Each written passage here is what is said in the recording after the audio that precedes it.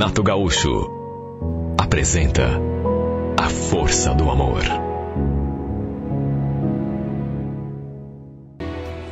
Eu sempre tive muito orgulho dos meus pais, do amor que sempre demonstraram um pelo outro.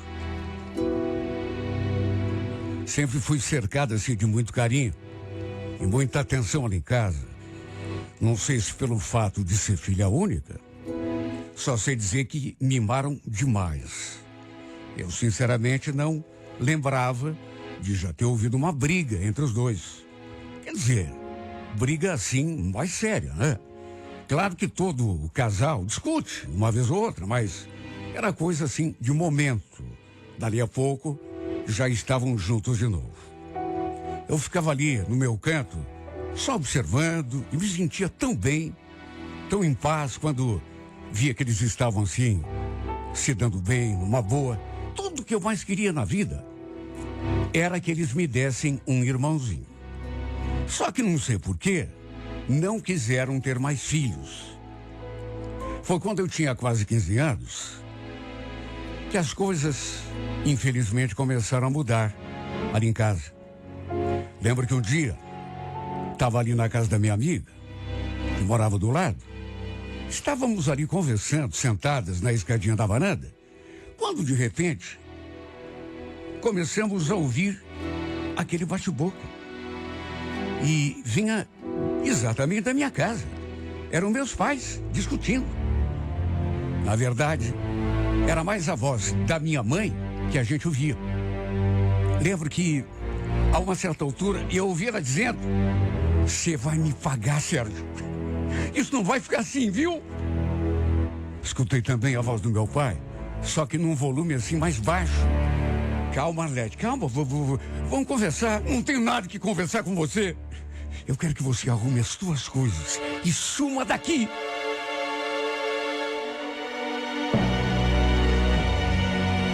Sabe quando tudo tá bem e de repente se escuta um absurdo desses, coisa que nunca tinha acontecido. Eu não sabia o que tinha rolado, mas o pai devia ter feito alguma coisa séria para deixar minha mãe naquele estado. Como eu já disse, sempre se deram bem, sempre se amaram. Era raro ver uma conversa assim mais acirrada entre eles. Nunca tinham brigado assim, seriamente, nunca. Me despedi da minha amiga e fui depressa para casa para ver o que estava acontecendo.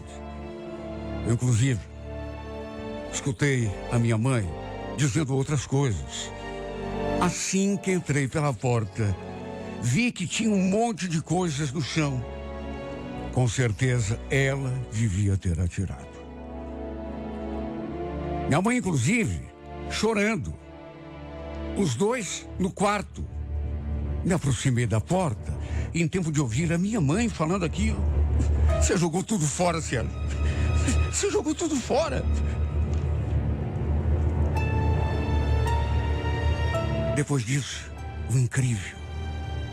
Meu pai pedindo desculpas a ela, como se realmente tivesse feito alguma coisa muito séria. "Perdoa, amor, perdoa. Eu não sei onde que eu estava com a cabeça. Me intrometi no meio dos dois. Não estava mais aguentando assistir aquela discussão. O que tá vendo? Ei, mãe? Ô, pai? Estão brigando por quê?" Foi só nesse momento que se deram conta da minha presença ali no quarto. Minha mãe se aproximou, me deu um abraço, disse que não era nada, que ela e o pai estavam apenas conversando, e me tirou dali. Pediu que eu fosse lá pro meu quarto. Depois recomeçaram o bate-boca. Olha, eu também não era assim tão bobinha. Já tinha 15 anos. Pelo que deu para entender, minha mãe tinha descoberto que o pai andava saindo com outra mulher. Escutei até o nome dessa infeliz, Vera. Era por isso que a mãe estava revoltada daquele jeito. Foi o que eu entendi. O pai havia traído. Olha, a princípio eu escutei, mas eu não acreditei. Eles se amavam tanto. Ela queria que o pai arrumasse suas coisas e fosse embora ali de casa. Olha, eu fiquei num estado. Cheguei a chorar ali no meu quarto porque não queria a separação deles de jeito nenhum. No fim, infelizmente, prevaleceu a vontade da minha mãe. Por mais que o pai tivesse pedido perdão, se humilhado, para minha tristeza, ela falou que o que ele tinha feito não tinha desculpa. Quando ele veio se despedir de mim, eu abracei o meu pai com tanta força. Eu não queria deixá-lo ir. Cheguei a pedir à minha mãe, a implorar que ela não fizesse aquilo, mas... Sabe quando a pessoa está decidida? Ela também estava triste, arrasada. Isso a gente via só de olhar para ela. Só que apesar de triste, não voltou atrás na sua decisão. Só eu sei o quanto foi dolorido ver o meu pai saindo de casa com aquela roupa guardada naquela maleta. Quando ele saiu de carro, eu fiquei ali no portão arrasado. Mesmo depois, o pai ainda fez de tudo para tentar se acertar com a mãe. Pediu, implorou, procurou. Vinha conversar com ela praticamente todos os dias. Mas às vezes, na maior parte das vezes, aliás, ela não o deixava nem entrar pela porta. Olha, eu sei que meu pai não era santo. Devia ter feito coisa muito ruim. Mas eu fiquei com uma pena dele. Devia estar muito arrependido do que tinha feito. Até minha avó veio conversar com a mãe para interceder em favor do pai. Não teve jeito. Nesse dia, lembro que eu ouvi a avó falando: estou muito preocupada com o Sérgio, Arlete. Estou até com medo que ele acabe fazendo uma besteira, viu? Como assim besteira? Sei lá. Ele não está comendo, está magro, rosto chupado. Vive dizendo que a vida sem você para ele não tem o menor sentido. Sei não, viu? Eu conheço meu filho. Só que apesar de tudo, minha mãe não sinalizou com nenhuma bandeira branca. Ficou muito claro que ela não iria aceitar o velho de volta. Até que 3 semanas depois, estávamos lá em casa, quando ligaram para o celular da mãe para avisar. Eu vi que seu semblante se transformou. Alguém devia ter dito uma coisa que ela não gostou, que a preocupou, que assustou, sei lá. Ela perdeu a cor, arregalou o olho, ficou ali, paralisada. Eu, naturalmente, fiquei assustada também, imaginando o que poderia ser. Que foi, mãe? Que cara é essa? Eu tive de perguntar 3 vezes, até que ela realmente falou. Mas era como se ela estivesse com a voz abafada. Teu pai, Fabiana, acharam ele. Como assim acharam, mãe?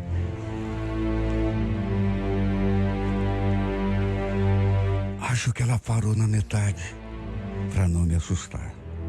Embora eu já estivesse apavorada. O fato é que meu tio tinha achado o meu pai sem vida. Ele tinha morrido. Desgraçadamente, meu pai havia se enforcado. Foi a pior notícia da minha vida. Isso me impactou tanto que não sei como não morri também. Minha mãe, claro, ficou sem chão. Porque apesar de tudo que tinha acontecido, ela ainda o amava. Eu tenho aqui para mim que com o tempo talvez ela ainda o perdoasse, o aceitasse de volta em casa. Quantas vezes eu a tinha flagrado num canto, sabe, choramingando. E era por causa dele. Mas quando me via, ela não dava o braço a torcer, sabe? Disfarçava, mas só podia ser por causa dele. Naturalmente que teve gente da família que culpou a minha mãe pelo acontecido. A coitada já estava se sentindo culpada também, de tanto apontarem o dedo para ela. Antes de se enforcar,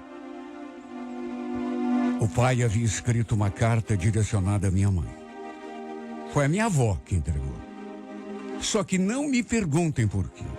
Minha mãe nunca quis me mostrar essa carta. Nunca me deixou ler. Eu tinha esse direito.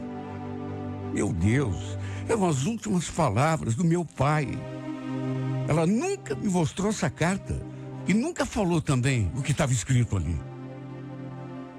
Fosse o que fosse, era algo que a perturbava demais. Tanto que ela nem gostava de tocar no assunto. Foi um período negro, triste demais, tanto na minha vida quanto na vida da minha mãe. Desde que mandou o pai embora de casa, minha mãe se transformou numa pessoa calada, taciturna, quase nem conversava comigo. E depois do que aconteceu, então, ficou ainda pior. Ela praticamente se isolou naquele mundinho particular. O sentimento de culpa devia estar lhe consumindo demais. Enfim, meses se passaram, os anos, lentamente. E nada como um dia após o outro. O tempo é o melhor remédio para tudo. Nessa época eu já estava com 22 anos. Foi bem nesse tempo aí que eu percebi que a mãe estava diferente. Até sorri, ela sorria de vez em quando. Estava se arrumando melhor. E eu recebia aquilo com alegria. Finalmente minha mãe estava se animando, se recuperando. Usando um batonzinho, uma maquiagem. Coisa que ela já não fazia desde que aquela tragédia tinha acontecido. Comecei a ficar desconfiada, até porque eu também havia trocando mensagens com alguém pelo celular. Um dia eu perguntei: posso saber com quem que a senhora tanto conversa, mãe? Ela falou que era com uma amiga. Só que quer saber, eu não acreditei muito.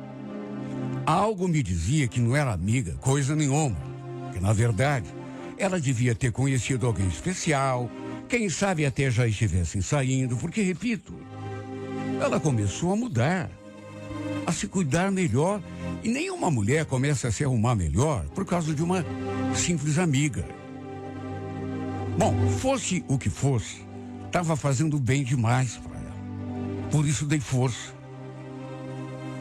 Já fazia mais de 7 anos que o pai tinha morrido. Já estava mais do que na hora de ela tentar conhecer alguém, outra pessoa. Uma mulher bonita, jovem ainda. Um dia, inclusive, mesmo sem ela ter me confessado nada, eu falei: olha, se a senhora estiver saindo com alguém, mãe, saiba que tem todo o meu apoio, viu? A única coisa que eu quero é te ver feliz. Ela só me olhou com aquela cara de que já dizia tudo. Só que não confirmou, mas também não desmentiu.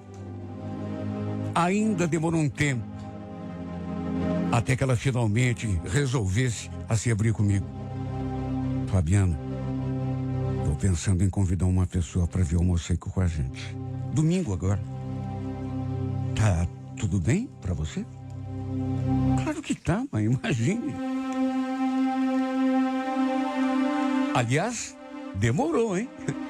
Será que é quem eu tô pensando? É o namorado? Que namorado, menino? O Paulo é só um amigo. A gente tá se conhecendo. Olha, eu fiquei feliz por ela. Assim, pelo menos, ela se libertava, pelo menos um pouco do passado. Deixava de lado aquele sentimento ruim. Claro que eu ainda sofria pelo meu pai. Sentia demais a sua falta, mas a vida tem de continuar. Em resumo, no domingo, conheci o tal do Paulo. E olha, me pareceu ser uma boa pessoa. O problema é que nesse dia aconteceu uma coisa estranha. Estávamos ali à mesa almoçando, o Paulo nos contando uma coisa que tinha acontecido com ele no dia anterior. Eu e minha mãe ouvindo atentamente, quando de repente escutamos aquele barulho na cozinha, de algo se espatifando no chão. Nós três nos olhamos assim, na mesma hora. Aí a mãe levantou e foi lá ver o que tinha caído. Ela foi, demorou um pouco, devia estar varrendo o chão, sei lá, na cozinha, limpando a bagunça. E depois que voltou, estava com a cara bem esquisita. Sabe aquela caneca que teu pai usava para fazer caipirinha, Flaviano?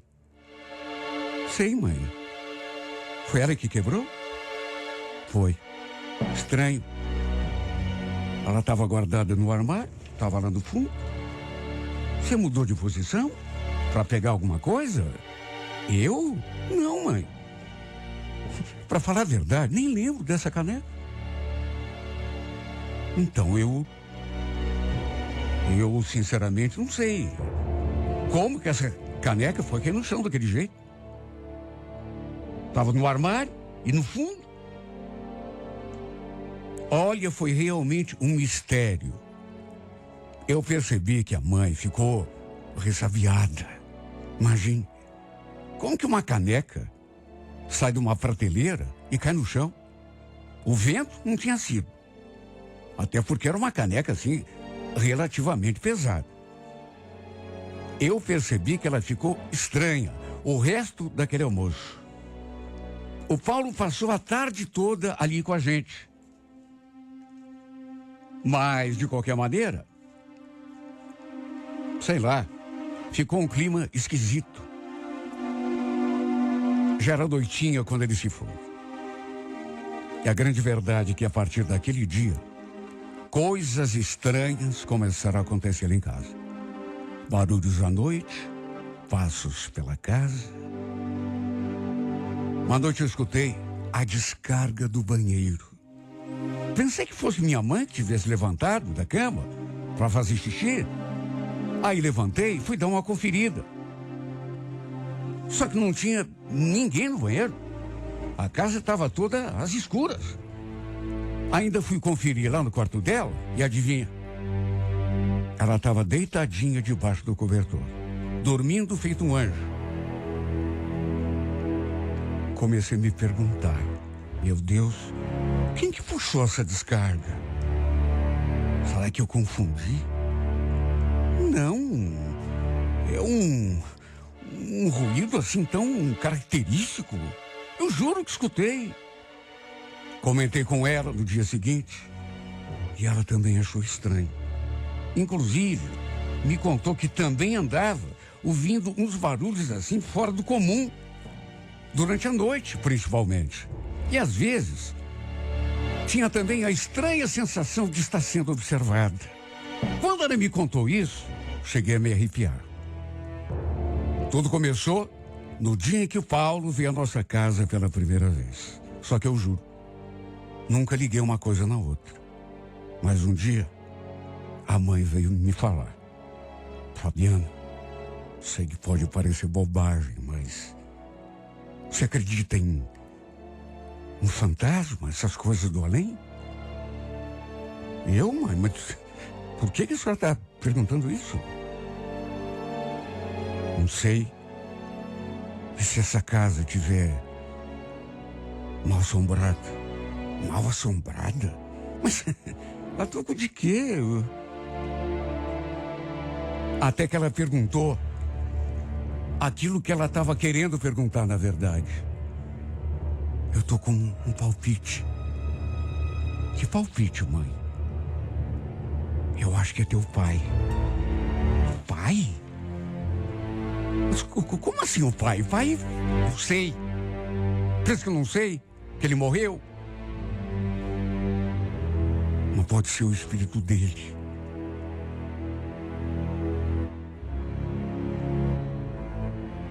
E foi só aí, depois de muitos anos, que ela fez uma coisa que já devia ter feito há muito tempo, que foi me contar pela primeira vez da vida sobre a carta que meu pai tinha deixado escrita antes de se enforcar.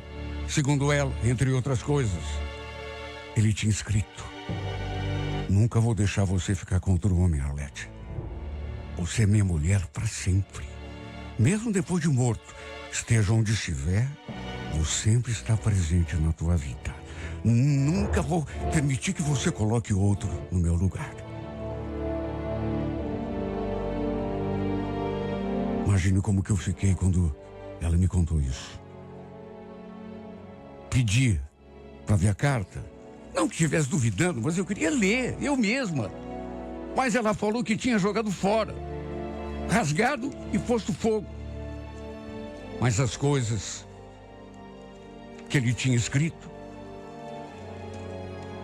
lhe impactaram tanto que ela nunca tinha conseguido tirar da memória aquelas palavras. E depois ainda acrescentou: eu acho que é ele, filha. É teu pai que não quer me deixar ser feliz com outro homem e voltou do além para me assombrar. Eu sei que é ele. Oh, mãe, tem nada a ver isso, mãe. A senhora está impressionada. Deve haver uma explicação para esses barulhos que a gente escuta aí. Falei isso para minha mãe, só que por dentro, devo ter ficado mais assustada do que ela. Para se ter uma ideia, eu tinha medo de dormir no escuro sozinha. Tinha de deixar sempre a luz do abajur ligada no canto da cama ou a luz do corredor e a porta aberta. Minha mãe falou que ia pedir para rezar uma missa para o pai e me pediu que rezasse também pela alma dele. E desde então, comecei a incluir seu nome nas minhas orações ao deitar. Sempre pedi nas minhas orações que, se fosse seu espírito que estivesse causando aquele rebuliço ali, aqueles ruídos, que ele parasse, ficasse em paz e deixasse minha mãe em paz também. A vida prosseguiu até que uma noite levantei para tomar água. Só que no meio do caminho, eu com sede, levantei, vou tomar um copo d'água. Não sei, mas de repente eu vi aquele vulto saindo do quarto da minha mãe. Quando eu saí da cozinha, tá voltando. E aquele vulto parou e virou o rosto na minha direção.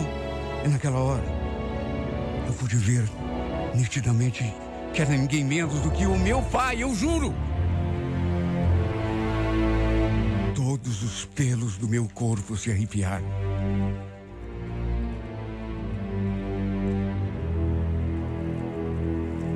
A imagem era assim, meio esfumaçada, mas eu vi. Ele olhou na minha direção, ficou parado um tempo. Depois sumiu, como se tivesse, sei lá, atravessado a parede. Eu sei o que vi. Era o espírito do meu pai, saindo do quarto da minha mãe. Só que atravessando a porta. Pensa no estado em que eu fiquei. Na hora eu quis gritar e não consegui. Na verdade, fiquei ali sem conseguir me mexer, paralisada. Quando me recobrei um pouco, fui lá acordar a mãe. Só que ela já estava acordada. Estava inclusive sentada na cama, olhando para o nada. E o que ela me disse me deixou ainda mais assustada. Acabei de ver o teu pai, Fabiana. E não era sonho, eu vi. O Sérgio estava aqui no pé da minha cama.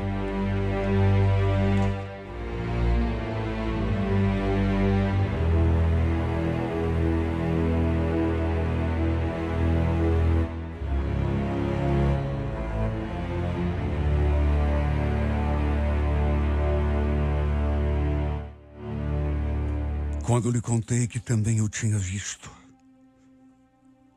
Quando relatei o que tinha assistido, ele saindo do quarto dela, com a porta fechada, sabe, através da porta. A gente se abraçou, inclusive choramos juntas. Na verdade, teve uma coisa de bom esse acontecimento. Foi depois disso, dessa última vez, que os ruídos naquela casa cessaram.